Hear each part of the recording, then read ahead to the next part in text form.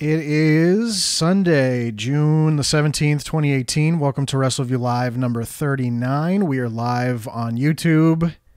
I'm Adam Martin, Wrestleview.com. We just watched 4-hour plus pay-per-view called Money in the Bank, which we're going to be talking about here on the program. And I am not by myself. I am joined by the gentleman who was nice enough to sit through Backlash and then review Backlash back in... Was that April? Wow. I haven't done I did the Punk thing last weekend, but it's been a while. So Doug Lackey, how are you, sir? I miss you, honey. I know. I miss everybody. It's funny. Yeah, seriously. It's been, we have not covered a pay-per-view together, I think, since WrestleMania. Has it really been since WrestleMania? We didn't do Greatest Royal Rumble.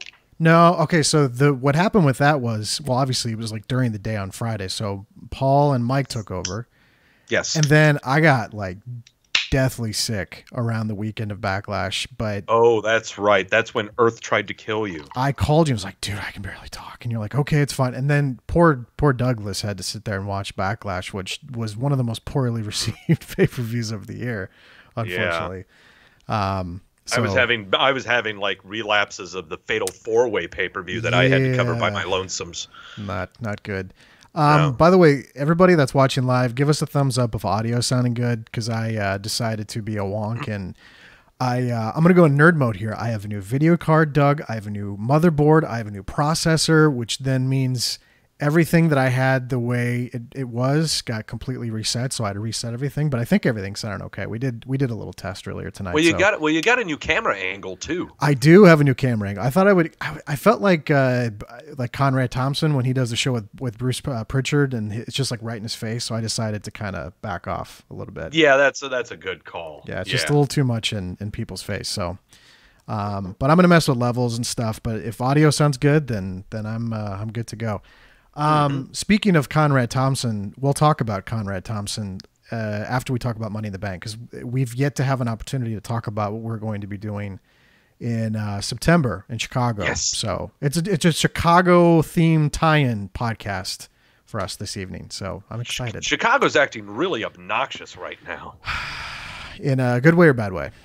Well, I mean in a good way because we're involved with it, but in a bad way just because they're so fucking high on themselves that they're Chicago. I don't know. Well, we'll talk about. They're starting to act like New York is what they're doing. They've kind of always acted like New York. Well, there's Chicago, New Jersey. What else? What are the markets that whenever there's a wrestling show, we're kind of, is it just those two? Or that gets maybe sometimes Florida, Miami, or Orlando sometimes. But those are the places that get really obnoxious. It's usually Chicago and anywhere north of the border. Pretty much Chicago. Daniel Schell says Chicago should never host a pay-per-view. How dare you, sir? I don't know that. Bronx said I sound too muffled. I'm not sure why, but I'll try to fix that for the next show. But otherwise, if the audio is coming through crystal clear, then we'll trudge forward with this, and then we'll do some tech things in between shows. Because when's our next? Oh, by the way, as we start, there's just so much on my mind because I haven't done podcasts in a while. So did you take your Ritalin before the show? I probably should have.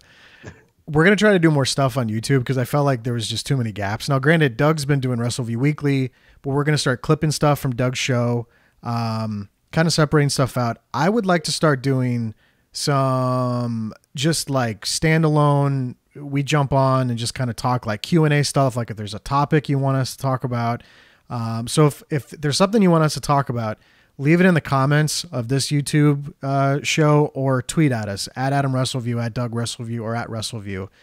And if there's a topic or something that you want us to talk about, whether it's about Wrestleview, whether it's about wrestling, whatever, I kind of want to start doing more YouTube stuff because I feel like we just we do a podcast and then we take a break and then there's lack of interaction. So you kind of sound like you're wanting to resurrect the Friday Fishbowl that we used to do. Friday Fishbowl, yeah, it would be kind of a Friday Fishbowl thing, kind of a thing, and more so with my schedule. It'd be easier for me to come on and tape something instead of always being live. Even though I like doing this live, it's just very hard. Yeah. Which, by the way, let's get into it. We knew going into the show, starting with this Money in the Bank pay-per-view, they are going to start expanding to 4 hours. The show starts an hour early. Normally, this is the process we get with the Rumble, SummerSlam and Survivor Series. I was about to say WrestleMania, but WrestleMania has been going 7 hours lately. You can't predict WrestleMania. No. WrestleMania starts off like, I think the pre-show starts tomorrow. Yes, pretty much. So I would say those three, and then now that the dual branded shows, which Kurt Angle called dull branded shows tonight backstage, will be expanding. But I did see, I think I saw Renee on Facebook already complaining about the length, but I can't get mad at it tonight because going into the show, we knew this was going to be a long show. Well, yeah. They had the schedule. I think we talked. They had the show ending at 10:30 Eastern, which did not happen, but that's what the schedule says. But that could be the case maybe for other shows, but they could have trimmed the fat on a little bit tonight. Couple matches. I don't know. Or just you were texting me too many video packages, but sometimes you need those though. Yeah. Aren't those kind of needed a little bit? Well, they are needed, but I mean not every single match. I mean, even though I missed it, and I really do want to ask you this, was there a video segment for the Lashley Zayn match? Because if there was, then they're getting incredibly obnoxious. Because there wasn't one for Rollins Elias. I don't think so. Mike didn't put it in his report. I don't think there was, but if anybody listening can tell, there was there? Okay, Daniel Shell saying there was. Okay, 2 yeses. So there was. Whoops. Okay. Seriously, I think every single match had a video package of some kind. And every video package lasts between 3 to 5 minutes. So you had 9 matches in this. That is 45 minutes of fluff right there. Throw in the entrances for every single performer that you saw. That takes up at least 2 minutes per performer, at least. How many performers did we see? Let's just go ahead and say that's another 45 minutes of fluff. We had an hour and a half of video packages and people walking down the aisle so you could sing your favorite song. That's what it is. Yeah, I mean, if you don't watch TV, though, they're nice. If you don't watch Raw and SmackDown every week, you can kind of get caught up. Like they did it with TakeOver last night. They did a lot of video packages, which, I don't watch NXT every Wednesday, so it's kind of nice to say, hey, this is why Shayna Baszler wants to beat the shit out of, Nikki Cross. And this is why Velveteen Dream wants to do this with Ricochet. It kind of gives you a little bit of an idea, but I get it. For this case, you would. Let's be honest too. When you were watching all the matches for this pay-per-view, and all the video packages, you could tell when they got to the men's Money in the Bank ladder match, the main event. Yeah.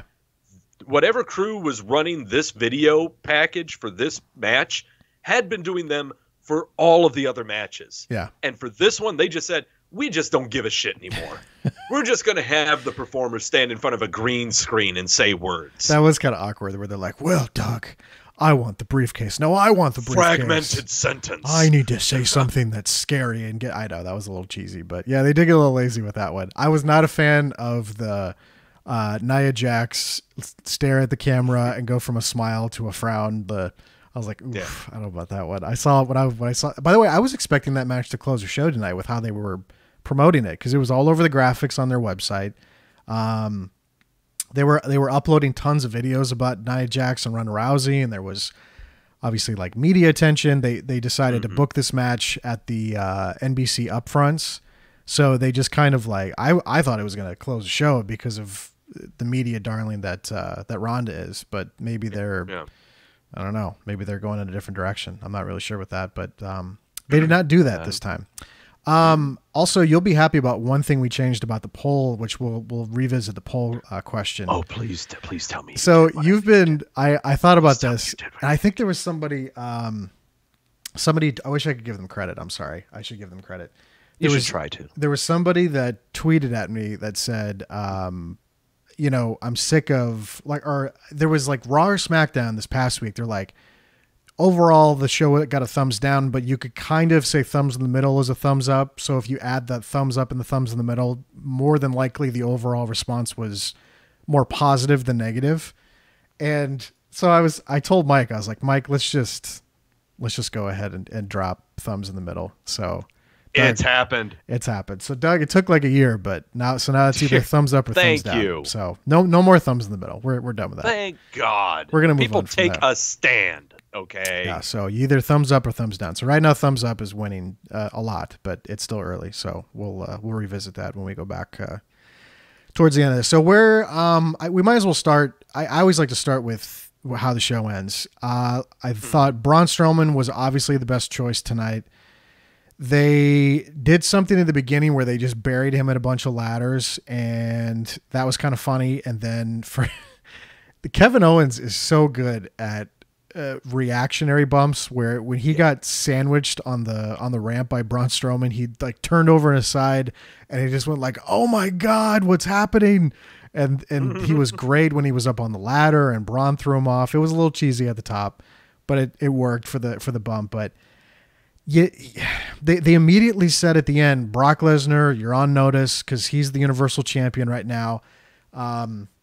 I think Brock just set a record. He beat Punk's record or whatever it was. Obviously, everybody got pissed off, and then I saw people comparing to Okada's reign, which just ended by Kenny Omega. But New Japan is less shows, so I mean, it's hard to compare the two. But that's the internet. They like to do comparisons and stuff. But yeah, just like we like to try to compare, peanut butter to hummus. Well, some people do. They're two completely different things, but sometimes you eat them just as rarely. Some people do.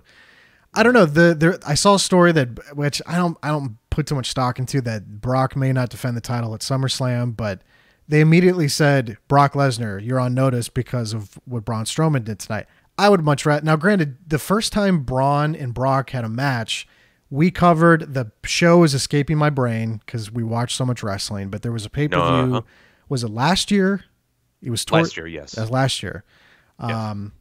No Mercy. No Mercy. Okay. With those two gentlemen, not a very good match. I remember we came on here and we were like, that was, I don't want to see Brock and Roman again. And I don't know if that's the plan for SummerSlam, but I'd be okay with another, fatal 4-way, fatal 5-way monster match. There's got to be another clusterfuck of some kind. I would be okay with another. I would be totally fine with another clusterfuck. But when you look at kind of who was in the match tonight, Braun made the most sense. I don't know. Does anybody else that was in the match make sense to you that would have been better than Braun, or was that the? Well, I kind of broke down last Wednesday, all of the people in it, and what are the pros and cons? Like what is your argument that they should win it? First off, none of the wacky black guys are going to win it. Okay, so just cast New Day out of the way. Okay, even if you're sentimental towards Kofi, thinking he would be in it, stop it. Stop it. There's nothing there. Bobby Roode, no, there's nothing. He's too green. It's way too early. Finn Balor, you could make the case that he would cash it in to try to get a belt back that he never lost, but wouldn't it be better to have him have a real match against Brock and just have him be destroyed? That's just me. Samoa Joe, no, there's no point in putting the case on him just because you're going to eventually get what you want with him having an AJ Styles program for at least maybe 3 or 4 months is what I'm thinking. Let's see, who else? Rusev, it would be fun for it to be the popular guy that everyone likes to chant, but no, there's nothing to build off of him. It's as much of a chance as Bobby Roode. The Miz has conspiracy theory written all over it about the things you could do with him. There's something about when you choose someone and you try to tie a knot into a Windsor knot and then you try to turn it into something else, it becomes too much work to justify the reason for the Miz being the Money in the Bank winner. So no, not him, because a lot of people were thinking Daniel Bryan, and I painted that picture out there. So it left it to Braun Strowman. Is he the one? Do you just say it's simple, it's efficient? Is he who you pick? Yeah, he's who you pick. And Kevin Owens, no. You could. It might have been. That would have been a good one too, because Kevin Owens is very open-ended right now. There's a lot of stuff you could do with him that isn't so convoluted and conspiratorial as The Miz. So between Owens and Strowman, who do you pick? You pick the simple one.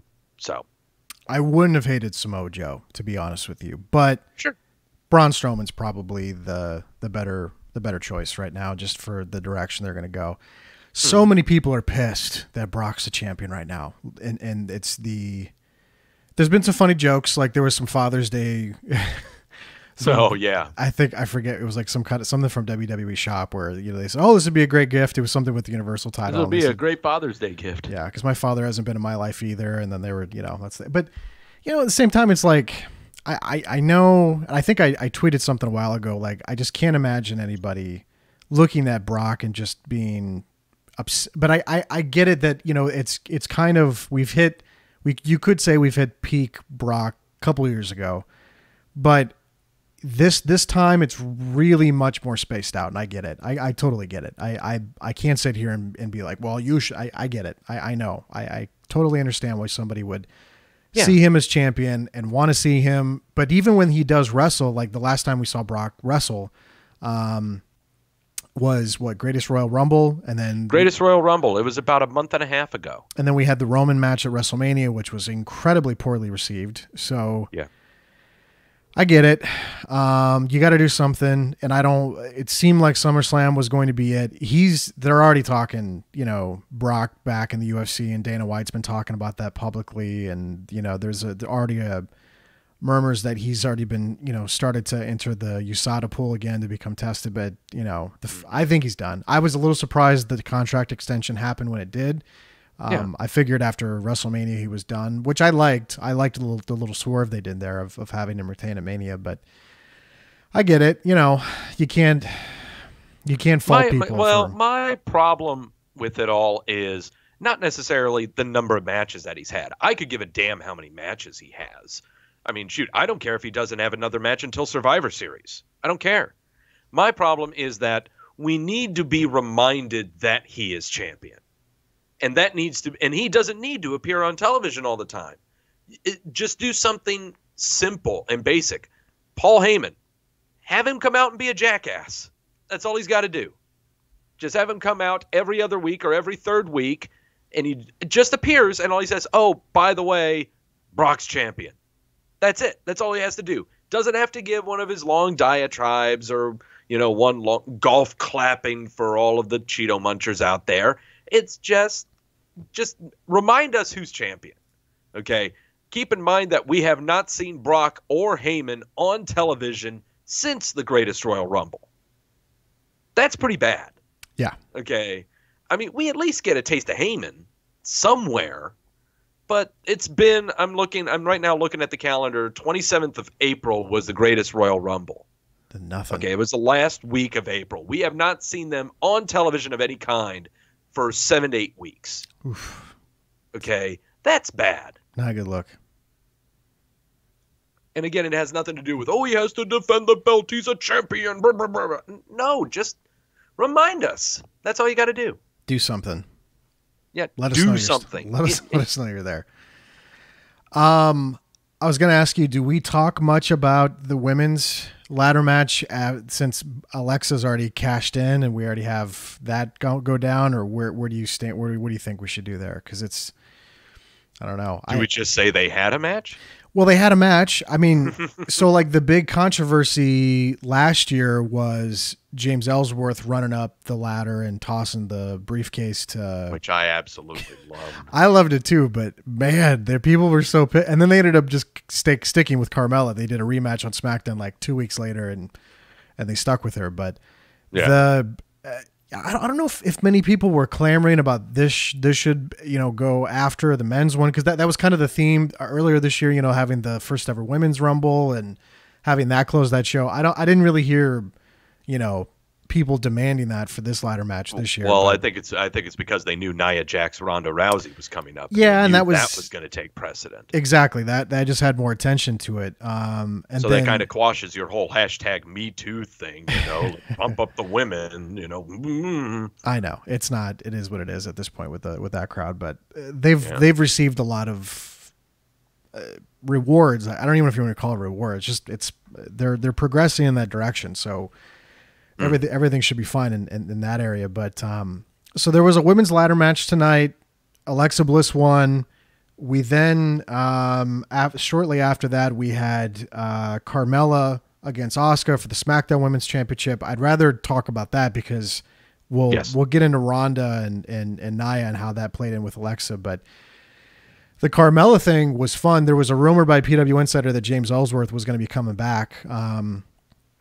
James Ellsworth has been on the independent scene. He did some stuff with the National Wrestling Alliance. He's been taking some bookings, but for the most part, I'm trying to remember when he was released, but it's been a while. It's been over, I think 6 months now, maybe a little bit less that he's been released.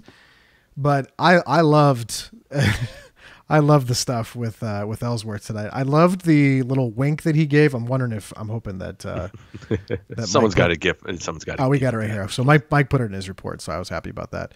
He did this little wink where he just kind of took the mask off and did the little tiny wink. It was so great, but I thought they did a good job with this tonight. And here's looking at you, kid. Carmella's. I was talking to Paul Nemmer and Roy Nemmer, who went to a SmackDown taping in Montreal a couple weeks ago.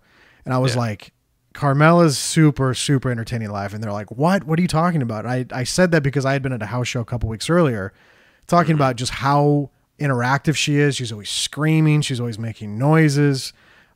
She's just really good. And I loved the confidence that she'd been doing on social media of everyone thinks Asuka's going to beat me, but I'm going to retain. It was almost like she had that swagger of well, I know that Ellsworth's going to come out here in an Asuka mask and distract her.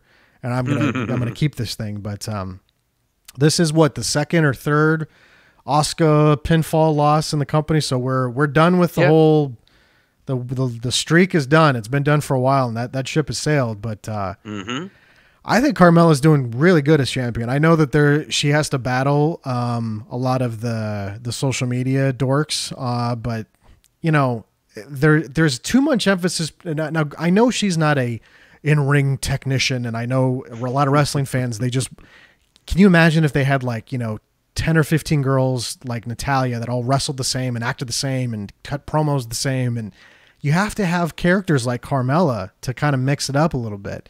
And I know she's not your traditional pro wrestler, but I love the antagonism that she brings to the table, her over-the-top screaming. I don't know if Ellsworth is back officially for good, if he's going to be returning, back as a sidekick, but I'm totally fine with Carmella as champion. It's been very surprisingly good for me that I've seen on television. I would much rather have Carmella bringing up both women's divisions than any other quote unquote wrestler. Okay, I'm going to put it that way. I would rather have her than Charlotte. I'd rather have her than Bayley, Sasha, Becky Lynch. Asuka for that matter, Ember Moon for that matter. I'm still trying to figure out what the hell an Ember Moon is. I would rather have Carmella anytime. I don't give a damn what move you can do. Just scream at people. I don't care about what kind of counter moves you have. Slap someone in the face. That's what I want. Okay? Give me emotion, give me storytelling, give me any of that. I could give a damn about any kind of scientific prowess in the ring. That she's great. There's no way that I could see her there was no way they're going to take the title off of her. There's no way. They've got to milk this dry for what it's worth. And whether that be having Ellsworth with her, so be it. So be it. That makes it even better. I love how, she's on social media. She's on the Twitter and she does everything on there. Yes, she's going to get a lot of flack. Well, she brings it upon herself. She says this stuff on Twitter, but I think she'll be just fine. I think she will be just fine with that. And everyone who's complaining about it, well, the typical argument to that is that you don't have to watch it. And number two, tough shit. That's what it is. Nothing you can do about it. Well, they've been, pushing. I don't even know if you want to say pushing, but look at the women's roster. It's super stacked. It's a ton. There's a ton of NXT girls that have been part of the main roster for we're going on 3 years now of the Sasha Banks and the Baileys and Charlottes and Becky Lynch, and it's been a pretty stacked division. So I get it. She didn't start out as a quote unquote wrestler. She would wrestle in NXT, but she was more the sidekick with Enzo and Big Cass. But I don't know. I just, it's hard for me to sit here and be oh, this is, and I don't know if people are super pissed about it, but I'm really just saying this because I see the stuff that she retweets and then she just kind of trolls people on Twitter, which can be pretty entertaining to watch. Do you realize that Natalya, Alicia Fox, and Tamina, and I don't think I'm missing anyone else, are the only three women who are not from NXT in both women's divisions? Really? Everyone else is from NXT. I think, Naomi. I'm not sure if Naomi was in FMW. She was in Florida. I thought she was. Yeah, that was because she was brought up with Brodus Clay as was one of the dancers. That's right. That's right. So I guess you could kind of, but she didn't have like a strenuous like NXT run. Bronx is bringing up all the Riot Squad, Sonya, Mandy, all these people. So yeah, it's stacked, man. It's a stacked division on both brands. So, and if you look back 10 years ago, I bet you the women's division was half this size. Not even that, maybe a third of the size. Incredibly smaller. So yeah. Yeah. I don't know. You got to mix it up a little bit. You gotta have these characters like Carmella, and you got to make it interesting. So I think we'll be fine. I'd like to see more of this. That's what I'm trying to say. Is I'd like to see more of it. Well, sure. Were you impressed with Ronda Rousey tonight? She had her first singles match since. Well, this was her first. Oop! I better not play that video. I'm gonna get in trouble. I thought that was. No, don't do that. Sorry, I don't want to get kicked off YouTube.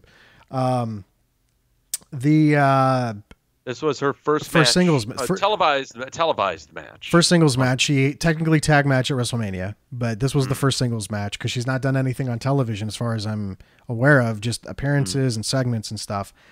She's looking pretty good. I'm not. I got a little nervous when her laces on her boots came undone. I thought she was going to trip and fall on her face at one point, but there's a lot.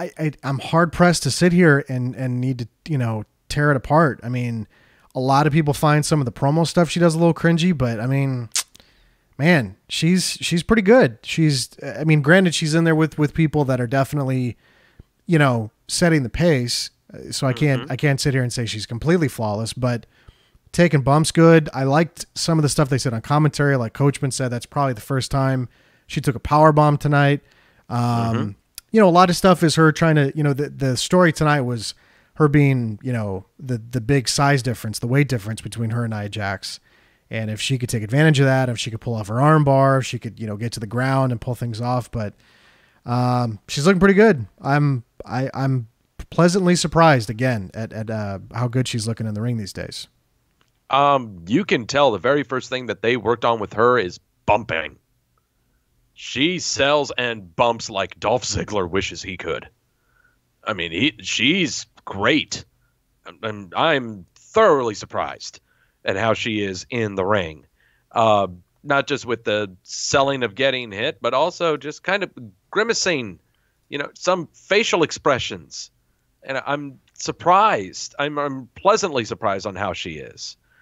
The only things that need to be changed with her, well, not changed with her, but helped, is stuff that's outside of the ring. And that's simple. That's stuff you can easily learn and get better at in time. Some people grasp it quicker. Some takes a hell of a long time. Some haven't grasped it yet. But I've got a lot of confidence in her. It just depends on how long she's really in this, how much of a haul she is in for the WWE, and how often she's going to be appearing on television, and how often she's going to be doing stuff on a regular basis. Right now, we've already had this song and dance. It's called Brock Lesnar. Okay, don't do this to us again. I'm not saying don't do this to us being put a title on her and we're not seen from her for another month and a half. Don't have it to where she's a member of your roster and we only see her 2 or 3 times every 2 months and she only wrestles 1 match every 2 months. Don't do that. It really will take away from her popularity because she doesn't have the aura that Brock Lesnar has. Brock Lesnar built up himself. He's been in this game for a long time. Yeah. You can't do the same to Ronda Rousey. No, but you can, you're right. I mean, you can't really present it the same way, but they definitely try to do the big fight feel with Ronda when she comes out. But I was really happy they didn't pull the trigger tonight. I was a little nervous they were going to. There was a story that came out. Ric Flair did an appearance with Hulk Hogan somewhere. I think it was in Florida somewhere, maybe Miami, where he basically implied that he would love to see Ronda versus Charlotte at WrestleMania, and that Ronda had only signed a 1-year deal, even though publicly they said she signed a multi-year deal. But maybe she's going to just do the first year, see how it goes, and if she wants to keep going, she'll keep going. But if that's the case, if they think they're only going to get about a solid year out of her, then I could kind of understand if they decided to pull the trigger tonight, but I'm very happy they didn't. I'm very happy they went with Alexa instead. They can play off the stuff that Alexa and Nia, had earlier this year. It felt, honestly, the title change they did at Mania where Nia beat Alexa just kind of, I don't know. Like, I wasn't really big on Nia Jax crying. And I know they were trying to, do the weight, oh, she's overweight and she's being made fun of and stuff like that. I just wasn't really feeling that stuff. But maybe they can take this in a different direction by having Ronda involved, because essentially Alexa ruined her opportunity to become champion. So now they can kind of add a third person to that. Because I don't know if they didn't even really have a ton of time to get stuff going with Nia and Ronda. But I'm very happy they decided to hold off on that, because that would have felt too soon. We just saw Ronda have a really good in-ring debut at WrestleMania, and then to have her, 2 months later, all of a sudden become champion would have been a little too quick. But maybe they know something we don't know. Maybe that year is going to be the case, and they have to kind of play off that. We only have 1 year with this girl, and she, gets a lot of media attention. So why not? Maybe her contract has options that they probably does. Probably does. Something like that. And at the same time, like with your thinking of Nia and Alexa's match there at WrestleMania, mine is you remember King Kong Bundy? Mm-hmm. Do you think he could ever, if he was ever a babyface, garner sympathy? No. I'm not making that kind of comparison to Nia Jax when it comes to her physical stature. I was going to say, you might want to be careful with you. But there's no way that you can act someone her size, I'm sorry, garner sympathy. Yeah, it's hard. It's hard. Babyface in peril is really hard to pull off when you weigh twice as much as everyone else in your division. Yeah. I'm just saying, this is just from the eyes perspective. It's a hard sell. Okay. This ain't body shaming. This is body fact. Yeah. Okay. Sorry. It's a tough sell. It's I think that the second they had her, I think Mike Tedesco's been talking about that when they had her crying, and it's just a hard sell. I'm not a big fan of that. So outside of those did you want to talk I kind of want to talk about AJ and Shinsuke, because that's been going for a while, and I think people are kind of ready for that one You're ready to end this? Yeah, I'm kind of ready. Have you had enough dick punching? Actually, I've loved the dick punching. That's been okay. There was a running gag that was going on with my show every Wednesday about how we knew this match was coming up, but we didn't know what the stipulation was going to be. And so I thought it was going to be the first low blow wins. And just imagine two guys trying to aim for each other's dick the entire match. Well, and one guy said last dick standing. I'm like, well, that doesn't sound right.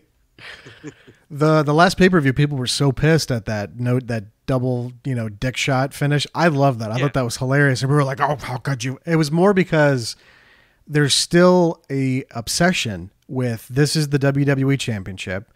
Why is this not closing shows? The Miz did an interview a couple weeks ago where he's like, I agree that championship should be closing shows if Brock's not on the card. And that's why I'm in the Money in the Bank ladder match. Yeah, that's what I will do to sell.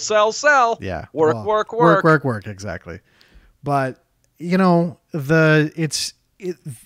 right after Mania, when they did the dick punch and Shinsuke cut the, no speak English promo, and then the theme song change. I mean, he's really dived in well to the heel role. I don't know if that's going to sustain itself beyond 8, because it's been so much fun to have him like just dick punch AJ, and then AJ. Did you see the AJ slap to the face during the contract signing? Yeah, that was great. So even though like the matches have been kind of underwhelming, I thought tonight was really good. I thought they did a good job. But I loved AJ towards the end, just kicking him in the dick and just kind of being like, what? And then I like how he just casually walked back into the ring and he was just like taking a breath. He's like, yeah, what do you want? He just pulled off a Samoa Joe in a Christopher Daniels match. He's like, yeah, fuck this. Stop kicking me. Exactly. That's my favorite Christopher Daniels thing. But there was some good stuff in the match tonight. I thought it was really good, and I think we're ready. I think everybody's ready to move on, but I think we can all agree some of the matches were a little underwhelming. I think the WrestleMania match was incredibly underwhelming. I think it got better as the more they worked together. The issue was, and you watched their New Japan match from Wrestle Kingdom. Yeah, there's such hype built up off that you and that was kind of, they were planting those seeds. They had like AJ doing interviews like, oh, I'd love to have that match, but here, and you can't just say that. You can't just be like, well, we had a match before, Doug, so we gotta do it again. It's like, okay, like you gotta things got better after it was until the dick punch stuff happened. Then you're like, okay, I can go with this now. Like, okay, I'm fine with this. But what'd you think of tonight? I thought tonight went pretty well. Well, no, it was pretty good. It's pretty good. I really thought that Shinsuke was going to win this. Really? I really thought it was, because here I am being damn forecaster. I'm like, wait, Extreme Rules is next pay-per-view. Holy hell, what are they going to do? Well, we could have AJ Styles and Shinsuke do a rematch and have it be something bigger than Last Man Standing, even though they had no DQ before that. So, I mean, just keep it going. Keep it going. Keep the dick punching going, you know. But no, the resolution is fine. No, the resolution is fine. I guess my thoughts of the match in general. I like how we've seen plenty of Last Man Standing matches before that seem to have gone over the top. Like when it comes to the shenanigans that the performers pull off. It wasn't a John Cena duct taping Batista's legs or arms to the ring post. Which is great. Which was fantastic. It wasn't, burying someone underneath a bunch of stuff, preventing them from getting up, which is good too. This match actually felt like a regular match because they didn't go outside of the ring through the crowd doing ridiculous stuff like that.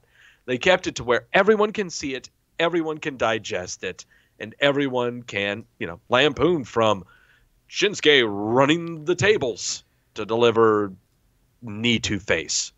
Or they can, gawk at how AJ literally kicked him in the nuts. It's all right there in the open, is what I'm trying to say. And that made it a lot easier to digest than a lot of other Last Man Standing matches that we've had, to where they'll go carte blanche, go through the arena, through the crowd, backstage, off in the distance in between the ramps and the crowds, to where, if you can imagine, if you were there live and that was going on, you'd feel pretty gypped because you can't see shit. It's all right there for everyone to see. But beyond this and forecasting this, I have no idea what's going to happen. And I like that. I have nice. No idea who they're going to fan up to AJ next. And the problem is, again, with Extreme Rules coming up, they better not put a stip match on it, or just not have them wrestle. Well, that's kind of what that show's going to always be, though, right? I mean, it's just every title match has to be a stipulation of not every one of them, but the important one's got to be one of some kind. Something like that. We'll see. Brock Lesnar's going to have a title match. What the hell's it going to be? You think Brock's wrestling next month? Well, he better be. I don't think he is. Oh Christ! I think we're gonna wait till SummerSlam, and then hopefully, if we get to see him, then I don't know. I think it's gonna be a while. It's gonna be a bit unless they surprise us, unless they're messing with us. Let's see. So that was some of the bigger stuff. Let's see what else we got here. Daniel Bryan, Big Cass. I thought that was a good opener. That's a good opener. Not sure what they're doing with Big Cass going forward, but that was fun. He's going to be an asshole. That's what he's going to be. A casshole? Was that what they were chanting tonight in Chicago? Yeah, that's what they were cheering. He was a casshole. I loved the dynamic of the tall guy versus the short guy, but the short guy always figuring out how to get a submission. I like that stuff. I'm a fan. So can we talk about why crowds will just shit on anything that Roman Reigns does just for the sake of shitting on it and just so they can hear themselves chant? Sure, let's talk about that match. Let's talk about that match. Yeah, because people were. I think I saw. Let me see what Mike wrote. Mike wrote something. Mike was not a fan of this. He wrote, "Disaster, unmitigated disaster. What did WWE expect? Sending these two out before the Chicago crowd. Hard to watch at times." With the rest holds and the crowd not caring, years of bad booking will do this. For every step Reigns takes, he loses too. So Mike Tedesco's not a fan, Doug. Not a fan. No, not at all. But I can't fault him, though, because we're still doing we know the crowd's not into Roman, but we're just going to... But they didn't put him in a Money in the Bank ladder match. No. They didn't put him in a world title match against Brock again, because we've already seen that multiple times. So you got to do something with. You can't not have Roman on this card. And again, this is me not attacking what Mike just said. I'm focusing on how do you squeeze Roman in on the show, knowing it's in Chicago, knowing the crowd's going to boo him. They boo him everywhere now. So it's not even really a Chicago thing. It's just it's the Roman presence now as he walks out and he gets booed. But do you not book Roman Reigns on this show? I mean, you have to put him on the card. Oh no, you absolutely book him. Yeah. I guess my thing is that, but you don't put him in a singles match. So what do you put him in then? You shoehorn him into the Money in the Bank match. Okay. Oh no, the New Day have got tummy aches from eating too much pancakes. Okay. Oh no, Bobby Roode got lost in the bathroom when he was trying to change into his robe. Do something like that. We have a mystery entrant. Burden. Oh God, oh boo. Yes, by God, yes. Do it. Because then everyone will be obligated to cheer for everyone else. They're going to sit there and make all those chants the entire time during a 8-man ladder match. They're not going to hear themselves chant CM Punk. They're going to be too busy looking at who's going to be falling off of a ladder. That's what you do. You'd always do that. You should be doing that with your most hated person, is you shoehorn him into anything that will make him fade as far into the background as possible, but yet everyone will still know that he's there and react to him. So maybe singles match, not the best idea. No, not at all. Okay. I gotta tell you, I didn't totally hate the match though. I'll be honest. It wasn't that bad. I muted it, but man, that was a little tough. It was a lot of back and forth. It's just distracting because the crowd just doesn't care. So if the crowd doesn't care and it's in Chicago, it's a volatile situation no matter what you do. So I put that thing on mute, and I've just got to say, Jinder Mahal's offense is about as simplistic as a game of tic-tac-toe. Okay. And I'm not saying that he should be like, fucking Dean Malenko. No, nothing like that. But dear God, I mean, I don't know how many knee drops and fist drops and elbow drops and punches and kicks I was seeing, That's what he does. And then rest hold to rest hold to rest hold. I guess that's how he got to where he is. That and having a roadmap of 485, 70, and I-40 on his shoulders. I don't know. The back knee. They kind of the same situation with Bobby Lashley and Sami Zayn. Like the Lashley Sami Zayn stuff in television has been terrible. I don't know who's writing that stuff, but that's been rough. So that not so much with Elias and Seth Rollins though tonight. I thought I loved the Seth barely escaping as champion, which is kind of what they've been doing when he's been having open challenges and defending the title on Raw. But that was good. I enjoyed that. I thought that was really good tonight. So there was a lot of bright spots. I mean, there wasn't a lot on the show, like outside of like Sami Zayn, Bobby Lashley, and Roman and Jinder. Not a lot to hate on this show tonight. I'll be honest with you.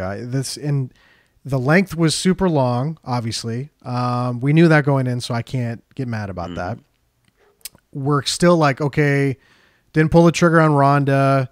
AJ retains. Alexa cashes in. Braun. I mean, there's different directions, and now that it's dual, we're not just getting like, okay, we'll see what they like. Now it kind of bleeds into. I like the bleeding into the both shows. Now that's going to change next year. Yeah, that's going to be quite different next year with the show being on Fox and on Friday nights again. That's going to be rough.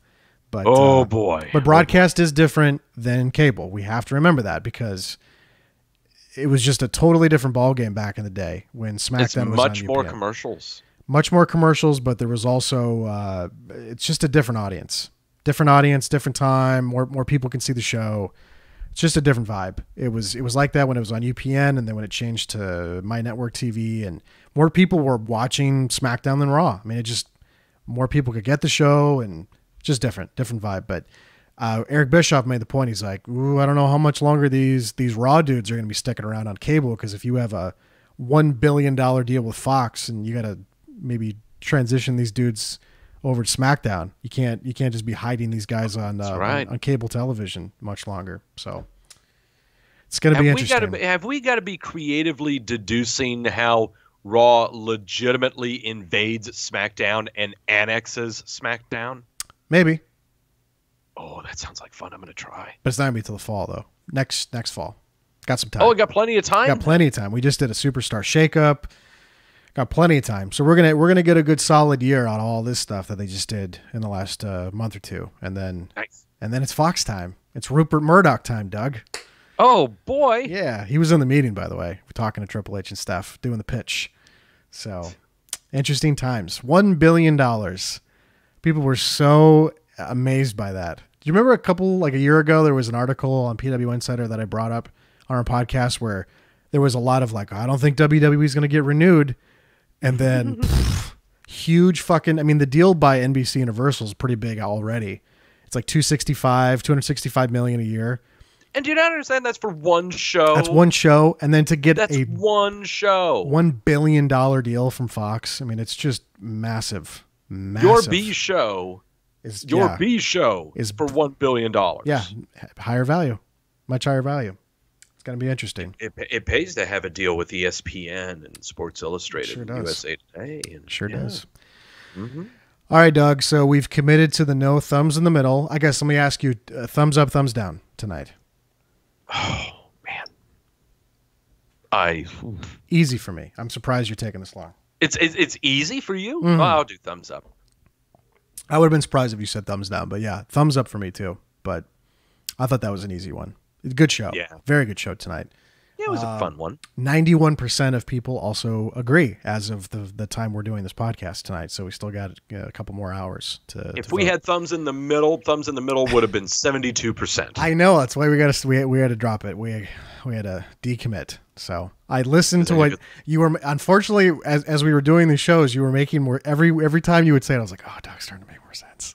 But I didn't want to say it out loud. I didn't want to be like, yeah, Doug, totally. I'm like, well, Doug, and then someone made the very accurate point. He's like, well, if you add up what the thumbs up and the thumbs in the middles are, those are considered positive feedback. So if you add those two figures, every week you're going to have overwhelmingly positive feedback, unless it's just a terrible. There's an episode of Raw. For the thumbs down, maybe those people just don't have enough self-esteem to say that they hate something. Well, there's could equate it as a thumbs down. There's some episodes of Raw, like in the last couple of weeks, where it's just unanimously thumbs down. There's no thumbs in the middle. There's a couple, but it's just all across the board thumbs down because that show can be a chore at times, especially in the summertime.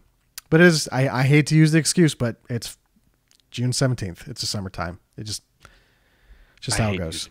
I hate using the excuse, but it's true. I see it. I see it with Wrestleview. It's just interest level in wrestling dips in the summer, and then it comes right back up when SummerSlam hits, and then it's full bore from August until WrestleMania, and then for some reason after that, it's just I don't know what it is. Weather's warmer. People are going outside. They're getting suntan. Whatever. Are you kidding me? I'm not stepping outside. Why not? You've had your history with that, so no, thank you. No. The thing is, we're in the middle of a heat wave. Everybody is, I think. I guess tomorrow it's going to be 97. Yeah, it's pretty bad. Pretty bad. Heat index of Satan's asshole. I like Satan's asshole. I like that. Before we get out of here, there's a couple things I want to hit. First of all, did you see NXT TakeOver last night? Yes, I did. Yes, all of it or parts of it? No, I watched all of it because my girlfriend decided to watch Sex in the City in another room. It's like, well, okay, then I'll watch my own Sex in the City in the other room. Your own Sex in the City was Johnny Gargano and Tommaso Ciampa. And man, did they fuck each other hard. Just going at it, taking their shirts off and going at it. Mm-hmm. I don't want to sit here and talk about the entire card, but I will. No. I'll do little quick hits. I thought Ricochet Velveteen Dream was really fun. I loved the fact that that we finally got to see what Ricochet is awesome when the other dude he's wrestling isn't flipping around. So did you watch Ricochet and Will Ospreay on your show? Oh God, yes, I did. Unfortunately, that's just I can't do it. If two guys, I watched that. I threw shit at my monitor. It's just not. I don't get it. I'm not going to sit here and tell you that you're wrong if you like that, because if that's the kind of wrestling you're like, that's cool. I'm not going to judge you. I'm not going to say you're wrong.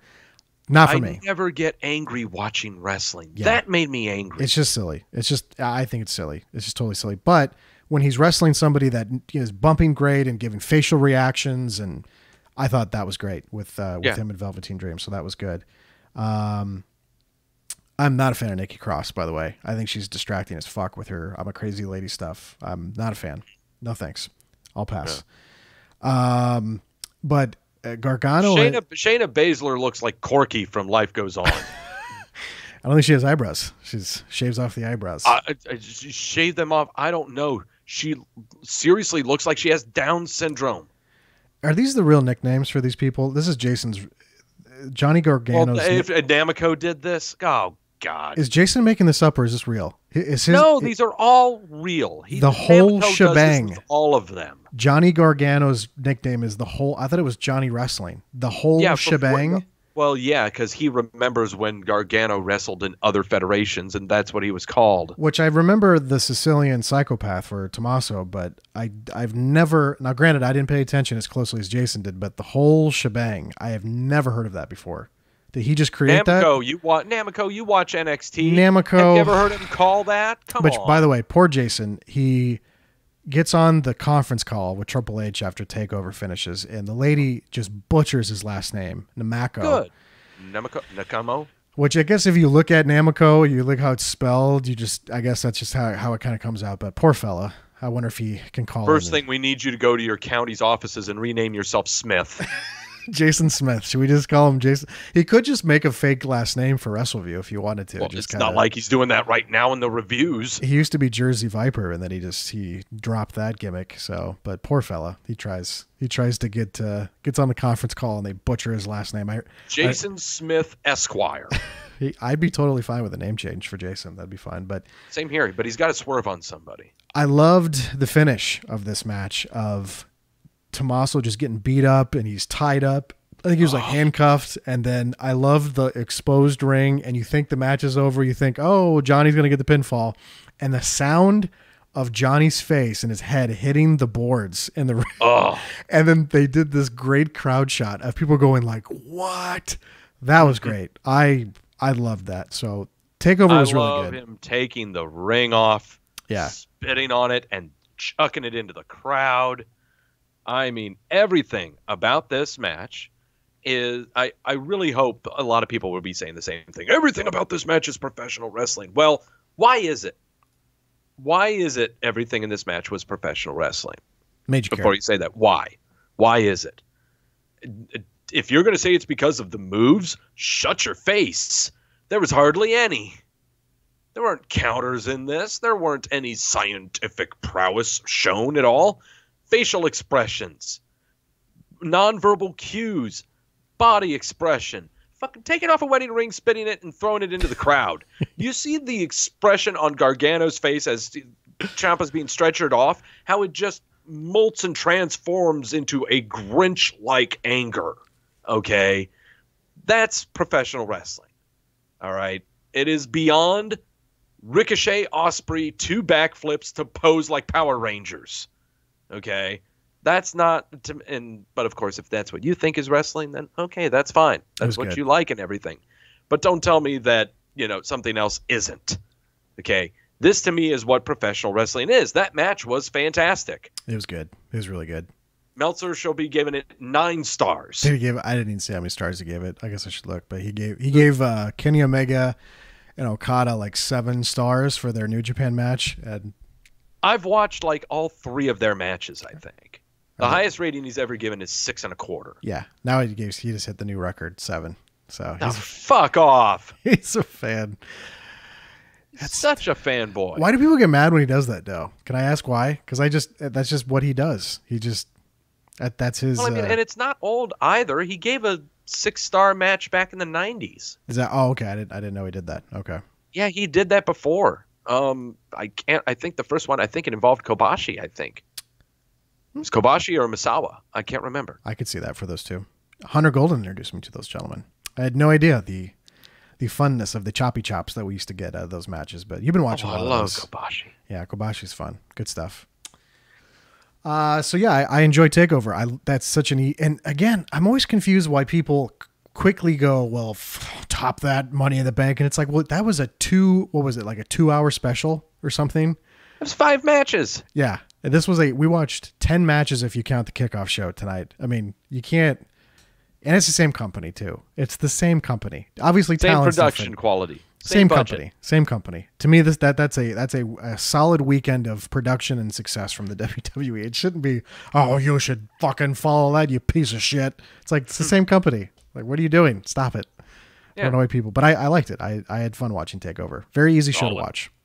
Yeah, index finger. Let's see you masturbate like that on my dick. The pinky's way better than you. Shifty Gism said it was nearly 3 hours. So it was like 2.5 hours, maybe? Maybe it was 2.5. Yeah, it was about 2.5, right. 2 3/4, something like that. And we had a 4-hour and 10 or 15 minute show tonight. So again, can't do it. Can't compare it. No. One more thing too before we get out of here. I mentioned this at the very beginning of the podcast. spoke with a gentleman by the name of Conrad Thompson, who is running the Starrcast event in Chicago during Labor Day weekend, which, by the way, Douglas, we're going to be part of. We're all in officially, which is, I think, surprised a lot of people. I remember you said something in the Facebook group and people were making fun of All In, and you go, oh, by the way, I think we're going to be there. And people go, oh, okay. Oh, well, it's cool then. Oh, all right. So I don't think you have to be loving everything the Young Bucks and the Kenny Omega does to go to, because Starrcast and All In are technically two separate things. Yes.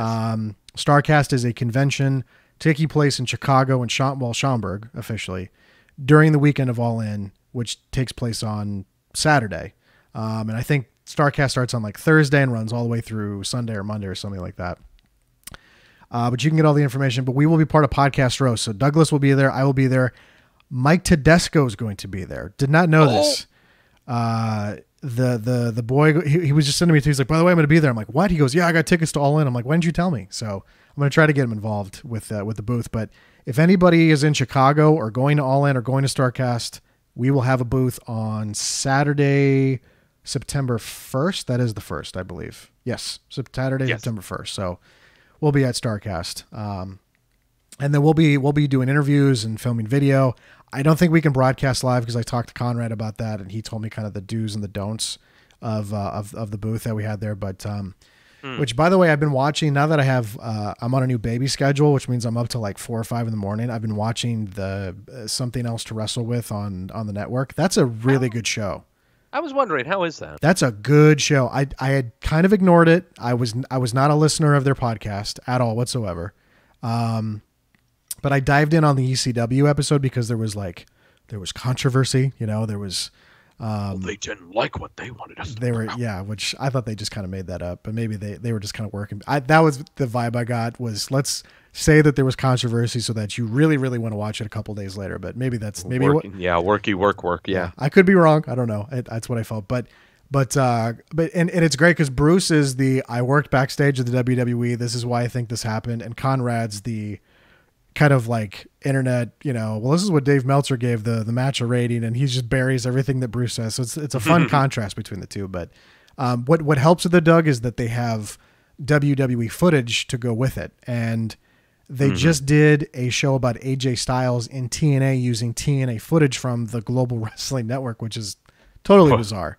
Totally bizarre. Yeah. But it's good. It's a good show. So I definitely recommend it. But I talked to Conrad a couple weeks ago, and we're all in for Starrcast, and Conrad's running Starrcast, and I don't think he tried to hide it, but I think someone tried to do like a big article like he's behind this and you should know. It's like, well, yeah, if you look at the domain registration, it's his name. So I don't think he was really trying to hide it. He has like Starrcast stuff in the background when he does the podcast with Bruce. So it's like, don't think he was really trying to hide it. Yeah, it's not exactly investigative journalism that we're doing here. No, not whatsoever.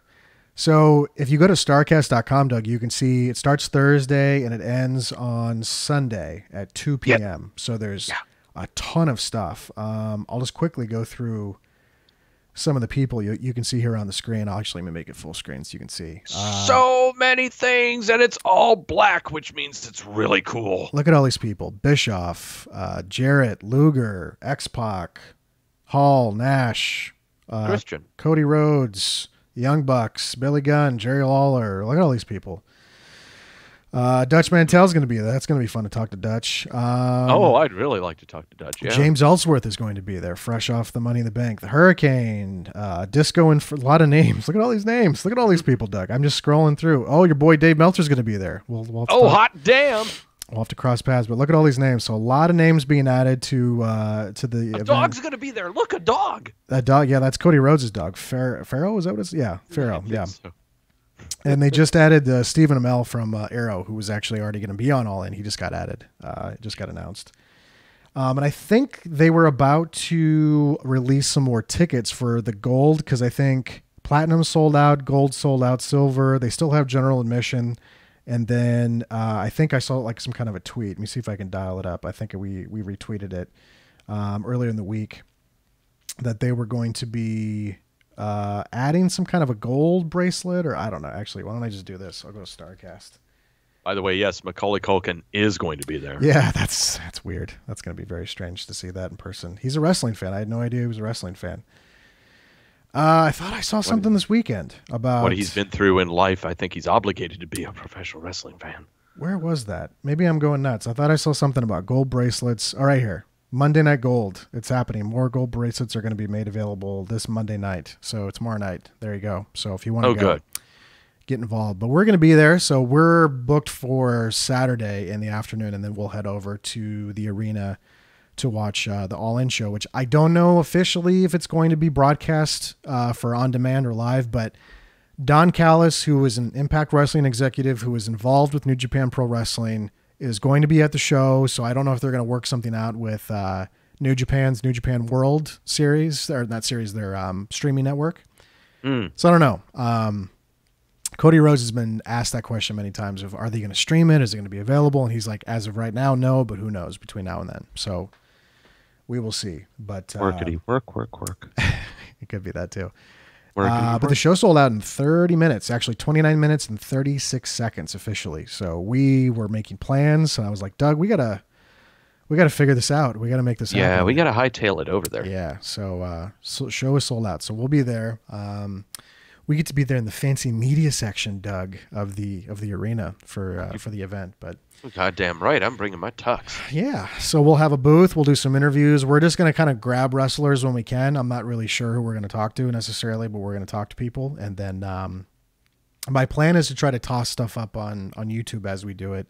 If not, it might be a day or two delay until I get back into town and kind of edit some stuff together. But maybe we'll get some audio up that I can just get on SoundCloud and iTunes, and then we can put the video up. I need to get a selfie stick.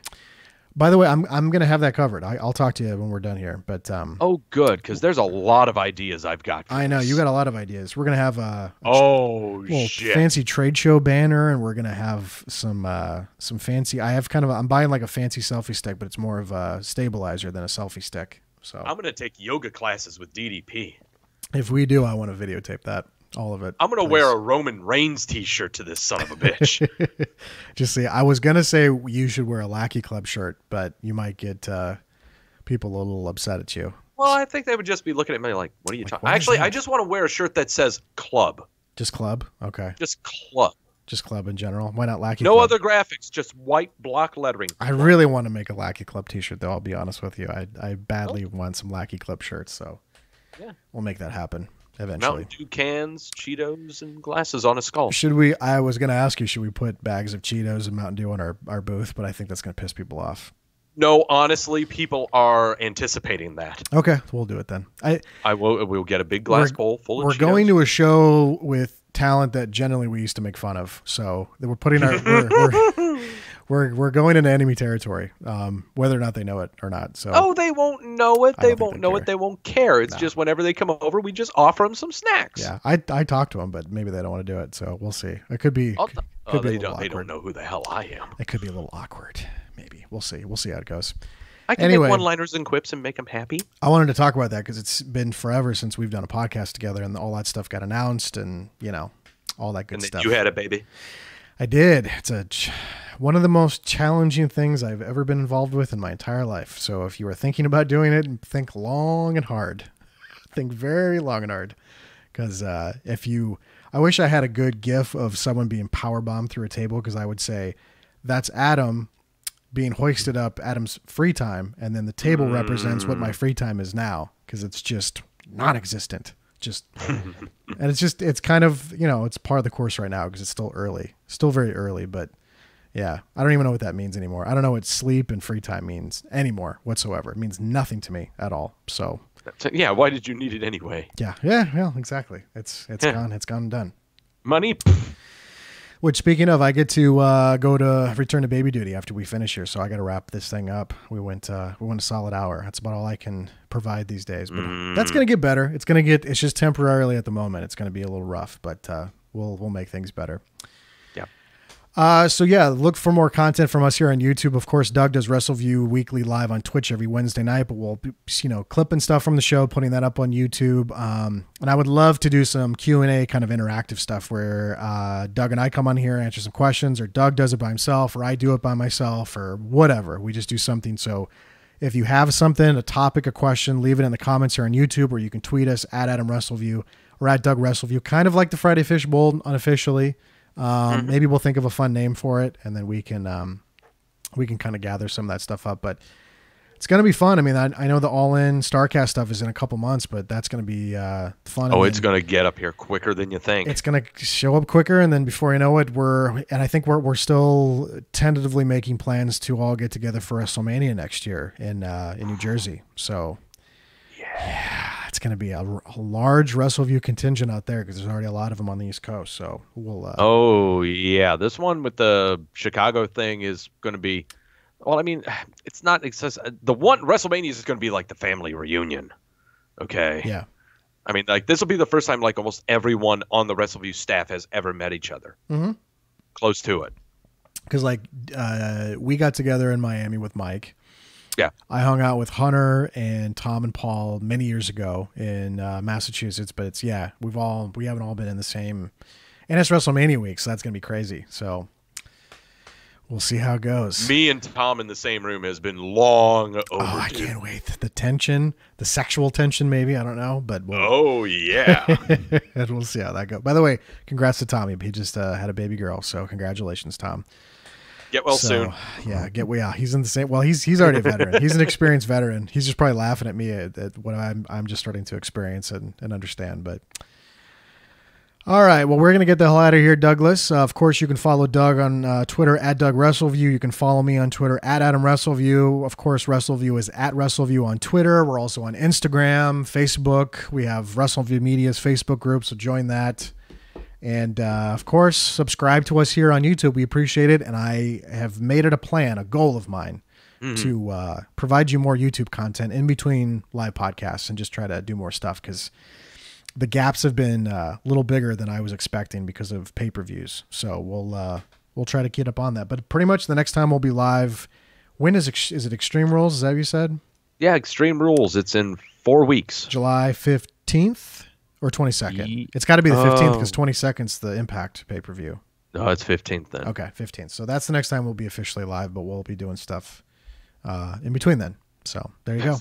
Like the Wrestleview Weekly thing. Yeah, pretty much. Exactly. We'll be doing a lot more of that stuff. I'm looking forward to it. So, yes.